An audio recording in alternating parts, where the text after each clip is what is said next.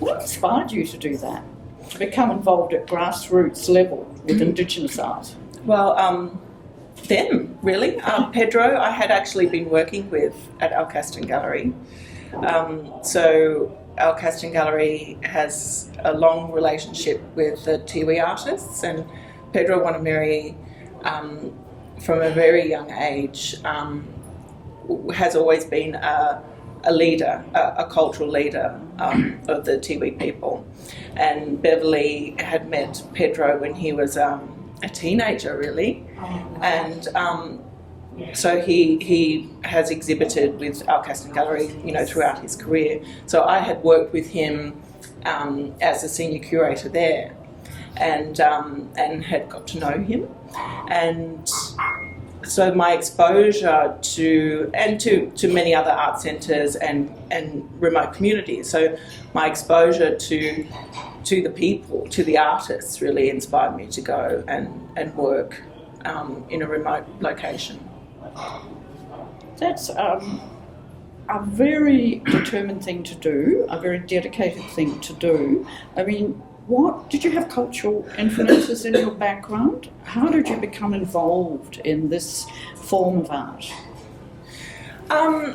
Yeah, it's interesting. It's not so directly, but when you look back, you can sort of you see the dots. You start to see the patterns. But appropriate language, I might say.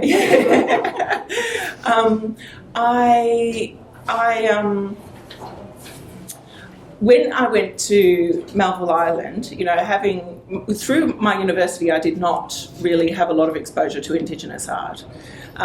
In fact, I wrote my thesis on the erotics of religious painting. So it's completely unrelated, one would think. But in actual fact, a lot of Indigenous art, at its core level, is about those essential things in life. It is about sex, it's about relationships, it's about appropriate, kinship systems and morality tales, a history of sort of storytelling and cultural law that really guide how one should be living and how one should be conducting themselves, and the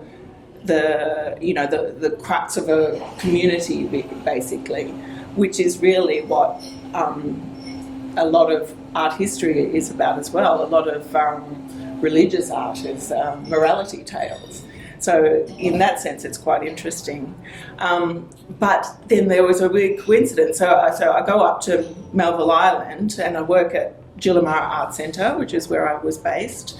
And on Bathurst Island, there was a couple of guys in the community that knew me because they went to school with me. Oh. So I went to boarding school in Hamilton, of all places. No, I went to Monterey, and there were a couple of Tiwi guys from Bathurst Island who went to Monterey College. So Monterey College actually had a relationship through the Catholic Church and the missions there, and they had a relationship with Bathurst Island and had students travelling down to be educated in freezing cold Hamilton, so that would have been a real big shock.